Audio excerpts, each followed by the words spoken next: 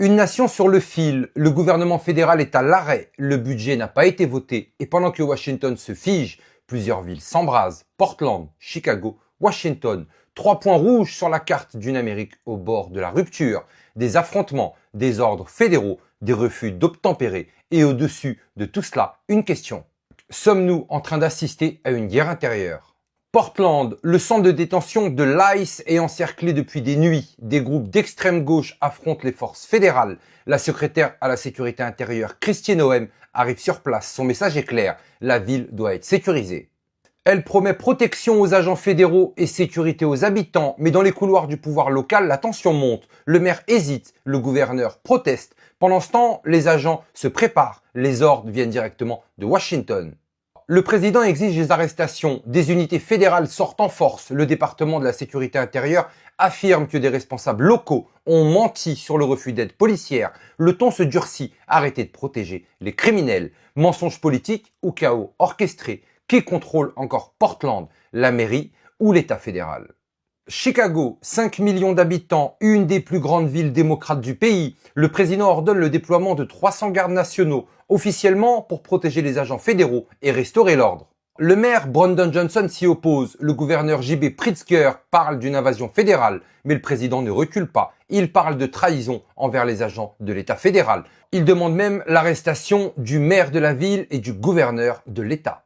Le département de la sécurité intérieure publie un rapport. Plus de 110 000 membres de gangs à Chicago, 1 millier de fusillades, des centaines d'homicides. Mais le maire s'enferme dans le refus. Les ordres fédéraux s'opposent aux décrets municipaux. 2 autorités, 2 vérités, un seul territoire. L'Amérique se divise sur sa propre loi. Depuis Washington, la rhétorique s'intensifie. Le président parle désormais d'agitateurs, d'anarchistes, de personnes payées pour semer le chaos. La secrétaire Noem promet de ne laisser aucune pierre non retournée. Pam Bondi, ministre de la Justice, déclare « Nous détruirons cette organisation de haut en bas. Des mots qui pèsent lourd. Antifa est désormais qualifié d'organisation terroriste. Des opérations conjointes sont préparées. La population regarde, partagée, confuse. Faut-il restaurer la sécurité à tout prix ou risquons-nous de franchir une ligne invisible entre justice et vengeance ?» Au Sénat, Pam Bondi est auditionné. Face au sénateur Dick Durbin, le ton explose. Il lui demande des comptes sur ses conversations avec le président concernant le déploiement de la garde nationale à Chicago. Elle répond « J'aimerais que vous aimiez Chicago autant que vous détestez le président ». Puis elle frappe fort. « Vous avez refusé de publier les journaux de vol d'Epstein. Pourquoi ?» Les visages se ferment, les caméras tournent. Le Sénat devient une arène. Pam Bondi accuse les démocrates de protéger les puissants. Durbin se défend. Le débat quitte la salle. Il gagne la rue. À cet instant, la fracture politique devient frontale. Le Sénat, la Maison-Blanche, les gouverneurs, tous se renvoient la faute. Quelques heures plus tard, John Ratcliffe, directeur de la CIA, déclassifie des documents. Il révèle une correspondance interne de 2015. À l'époque, Joe Biden, alors vice-président, aurait demandé à l'agence de ne pas diffuser un rapport sur les affaires ukrainiennes de sa famille. Ratcliffe parle de politisation du renseignement. Le document est partiellement censuré, mais l'impact est immédiat. Washington tremble, les républicains réclament des enquêtes, les démocrates dénoncent une manipulation électorale. L'intelligence américaine devient un champ de bataille et la vérité toujours enfouie sous les versions, les interprétations, les intérêts. Le secrétaire au Trésor Scott Bessent annonce une mission spéciale. Objectif, cartographier la structure financière d'Antifa, identifier les circuits, les comptes, les fonds. À ses côtés, Kash Patel, directeur du FBI, confirme. Le gouvernement prépare un dossier complet sur les liens financiers entre organisations activistes et réseaux privés. Dans les couloirs, un mot circule, RICO, une loi conçue pour démanteler les organisations criminelles, est désormais appliquée à un mouvement public. Jusqu'où ira cette logique? Et si le RICO devenait l'arme du pouvoir contre ses opposants?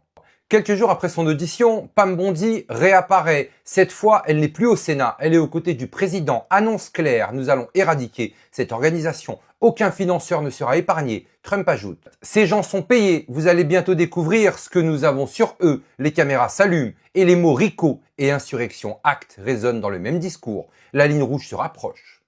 L'Insurrection Act est une loi de 1807, rarement évoquée, presque jamais appliquée. Elle permet au président de déployer l'armée sur le sol américain en cas de troubles civils majeurs. Trump ne s'en cache plus. S'il nous empêche d'assurer la sécurité, nous invoquerons cette loi. Une déclaration lourde, historique, une arme légale pour certains, un signal de guerre civile pour d'autres. Le pays retient son souffle. À mesure que les forces fédérales s'installent à Portland et à Chicago, les services de renseignement remontent les pistes. Des flux d'argent, des associations, des intermédiaires, des noms apparaissent dans les briefings internes. Des alliances politiques se fissurent, les juges, les gouverneurs, les sénateurs, tout le monde regarde derrière soi, l'État fédéral se renforce, les États se replient et la frontière invisible entre sécurité et autoritarisme devient floue. À Chicago, la guerre nationale reste. À Portland, l'ICE se barricade. À Washington, les commissions s'enchaînent. Les démocrates parlent d'abus de pouvoir. Les républicains parlent de guerre intérieure. Les citoyens, eux, s'interrogent. Que devient la démocratie quand les institutions se soupçonnent entre elles? Ce n'est plus un conflit d'idées, c'est une lutte pour le contrôle du pays. Portland, Chicago, Washington, 3 foyers, un seul malaise, la confiance s'effrite. Le président parle d'ordre, les gouverneurs parlent de liberté et le peuple, lui, observe. Jusqu'où ira cette confrontation? L'Amérique traverse-t-elle une crise politique ou les prémices d'une fracture historique? Une chose est certaine, la guerre des institutions a commencé. La seule issue semble être militaire, mais surtout n'oubliez pas, on n'est clairement pas au bout de nos surprises.